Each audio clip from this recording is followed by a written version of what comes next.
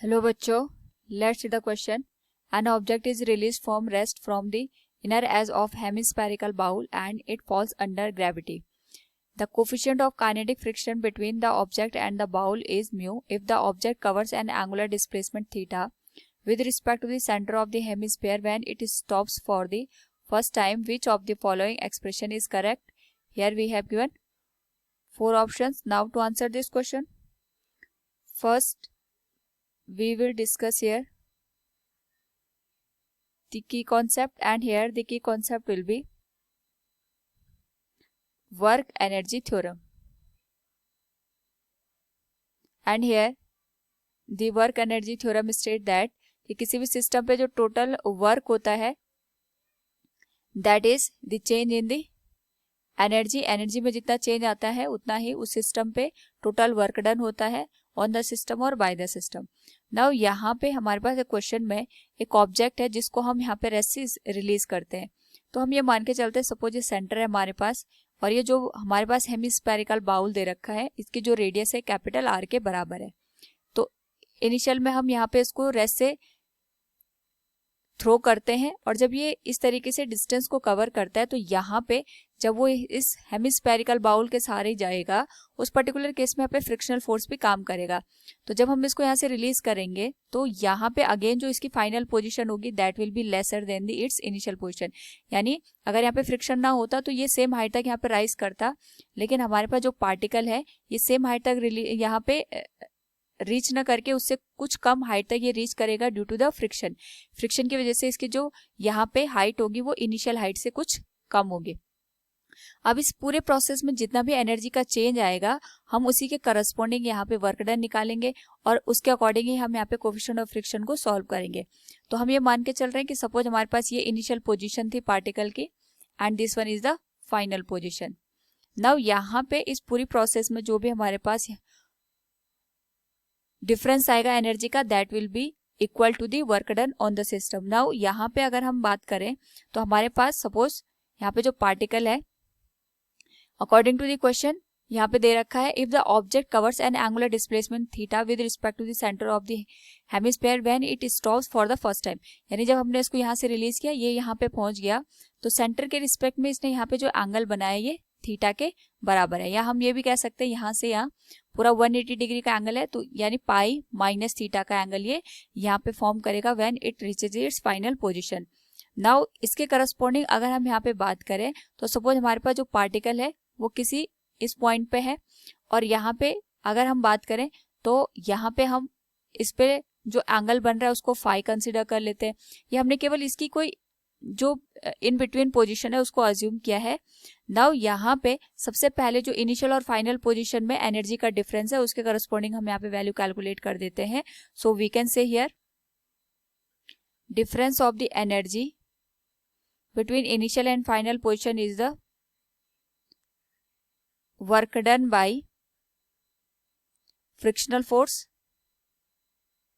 Now इस particular case में अगर हम देखें तो जो हमारे पास यहाँ पे इनिशियली जो रेस्ट की कंडीशन में था अब वो जाकर के यहाँ पे हमारे पास एक पर्टिकुलर पॉइंट पे जाके रुक जा रहा है. रुकने का मतलब ये हो गया कि यहाँ पे अगर हम इसको देखें तो इसकी जो हाइट है इनिशियल पोजीशन अगर मैं इसको यहाँ पे रेफरेंस कंसिडर करूँ इस लाइन को उसके करस्पॉन्डिंग यहाँ पे जो फाइनल पोजीशन है उसकी जो हाइट है वो h के बराबर है. तो इसके करस्पॉन्डिंग जो पोटेंशियल एनर्जी की वैल्यू आएगी we can say here that will be given as potential energy equals work done by frictional force. और यहाँ पे अगर हम बात करें पोटेंशियल एनर्जी की जो वैल्यू होगी that will be given as m into g into h. तो अगर हम कहीं से यहाँ पे h की वैल्यू फाइंड आउट कर दे तो हमारे पास जो क्वेश्चन होगा वो सॉल्व हो जाएगा. यहाँ पे तो h की वैल्यू फाइंड आउट करने के लिए हम यहाँ पे एक ट्रायंगल अज्यूम करते हैं. This one is a triangle. ये एंगल बन रहा है पाई माइनस थीटा. अगर मैं इसको अलग से ड्रॉ करूं तो ये हाइट आ गई हमारे पास h के बराबर. ये जो एंगल बन रहा है ये पाई माइनस थीटा के बराबर बन रहा है. नाउ हमें h की वैल्यू कैलकुलेट करनी है तो ये जो वैल्यू है ये r के बराबर है क्योंकि सेंटर से हम उस पॉइंट को देख रहे हैं. So it will be given as sine pi minus theta. तो ये आ जाएगा perpendicular divided by hypotenuse r. तो यहाँ से h की जो वैल्यू आएगी that will be r sine pi minus theta.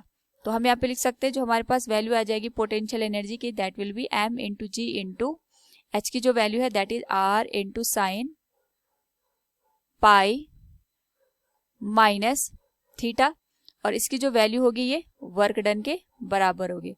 Now यहाँ पे अगर हम देखें तो हमारे पास साइन पाई माइनस थीटा की जो वैल्यू आएगी that will be given as sine theta. तो वैल्यू आ जाएगी m into g into r sine theta equals total work done. इसको हम यहाँ पे क्वेश्चन नंबर फर्स्ट का नाम दे देते हैं। नाउ यहाँ पे वर्क डन कैलकुलेट करने के लिए हम यहाँ पे इन बिटवीन कोई पोजीशन कंसिडर करते हैं। सपोज यहाँ पे हमारे पास पार्टिकल है जो कि किसी पर्टिकुलर केस में यहाँ पे एंगल बन रहा है फाई के बराबर है, और यहाँ पे क्योंकि ये इस डायरेक्शन में मोशन कर रहा है तो सबसे पहले इस पे लगने वाले फोर्सेस को हम कंसिडर करेंगे। डाउनवर्ड डायरेक्शन में mg फोर्स काम करेगा, इसके अपोजिट डायरेक्शन में यहाँ पे फ्रिक्शनल फोर्स काम करेगा that will be given as mu into N. जो नॉर्मल डायरेक्शन फोर्स है वो बाउल लगाएगा in the perpendicular direction that will be given as N. Now यहाँ पे अगर हम बात करें जो mg का रिलेशन निकल के आएगा नॉर्मल डायरेक्शन फोर्स के साथ, क्योंकि जो फ्रिक्शनल फोर्स है वो हमें यहाँ पे n के हेल्प से ही मिलेगा। तो सबसे पहले हम यहाँ पे नॉर्मल डायरेक्शन फोर्स की वैल्यू कैलकुलेट करते हैं। So we can say here normal reaction force can be given as n, और यहाँ पे जो n की वैल्यू है उसको बैलेंस करने के लिए हम यहाँ पे mg के दो कंपोनेंट कर लेते हैं। ये हमें यहाँ से पता चल जाएगा। यहाँ से अगर मैं परपेंडिकुलर ड्रॉ करूँ, ये वाला जो एंगल बनेगा that will be pi by 2 minus 5, और यहाँ पे अगर ये पाई बाई 2 माइनस 5 बन गया तो ये वाला जो एंगल बनेगा that will be pi by 2 minus 5। इसके दो कंपोनेंट बनेंगे, एक बनेगा mg cos pi by 2 minus 5 के बराबर। So we can write n की जो वैल्यू आएगी that will be mg cos pi by 2 minus 5। तो नॉर्मल डायरेक्शन फोर्स की वैल्यू आ जाएगी mg साइन 5 के बराबर। This will be question number second. क्योंकि यहाँ पे हमें फ्रिक्शनल फोर्स चाहिए, तो जो हमारे पास यहाँ पे फ्रिक्शनल फोर्स आएगा that can be written as mu into n. तो एन की जो वैल्यू होगी that will be mg sine 5 के बराबर। हमें यहाँ पे वर्क डन निकालना है, तो वर्क डन निकालने के लिए हम यहाँ पे स्मॉल एंगल कंसिडर करते हैं। इस तरीके से हमारे पास बाउल है, इसकी इनिशियल पोजीशन दे रखी है, तो हम यहाँ पे स्मॉल एंगल कंसिडर करते हैं। सपोज ये d5 का एंगल है और यहाँ पे रेडियस r के बराबर है, तो यहाँ से यहाँ ये डिस्टेंस कवर करेगा। तो इसको कैलकुलेट करने के लिए हम r equals radius into angle का यूज करेंगे that will be r into d5। इसके करस्पॉन्डिंग यहाँ पे जो वर्क निकलेगा वो स्मॉल वर्क निकलेगा दैट इज dw, जिसको हम लिख सकते हैं frictional force that is mu mg into sine 5, और यहाँ पे जो हमारे पास डिस्प्लेसमेंट होगा दैट इज आर्क, इसको हम लिखेंगे r इंटू d5 के बराबर। तो जो dw की वैल्यू आएगी that will be mu into mg into r sine 5 d5। तो इसके करस्पॉन्डिंग अगर हम यहाँ पे टोटल वर्क निकालेंगे तो टोटल वर्क की जो वैल्यू आएगी that will be integration of dw, और एंगल यहाँ पे वेरी करेगा 0 से लेके जो हमारे पास फाइनल पोजीशन पे एंगल बन रहा है दैट इज थीटा। नाउ यहाँ पे अगर हम वैल्यू पुट कर दे तो ये बनेगा w इक्वल्स 0 से लेके थीटा तक dw की जो वैल्यू आएगी that will be mu into mg into r sine 5 d5। Now यहाँ से अगर हम इसको सॉल्व करें तो ये आ जाएगा mu into mg into r sine 5 का जो यहाँ पे इंटीग्रेशन आएगा that will be minus of cos 5, और यहाँ पे जो लिमिट वेरी करेगी दैट विल बी 0 टू थीटा तक। नाउ यहाँ पे अगर हम इस होल वैल्यू को सॉल्व करें तो जो वर्क डन की वैल्यू आएगी that will be mu into mg into r, और लिमिट रखेंगे तो ये आ जाएगा माइनस कॉस थीटा प्लस 1, और ये हो जाएगा mu into mg into r, और ये आ जाएगा 1 माइनस कॉस थीटा के बराबर।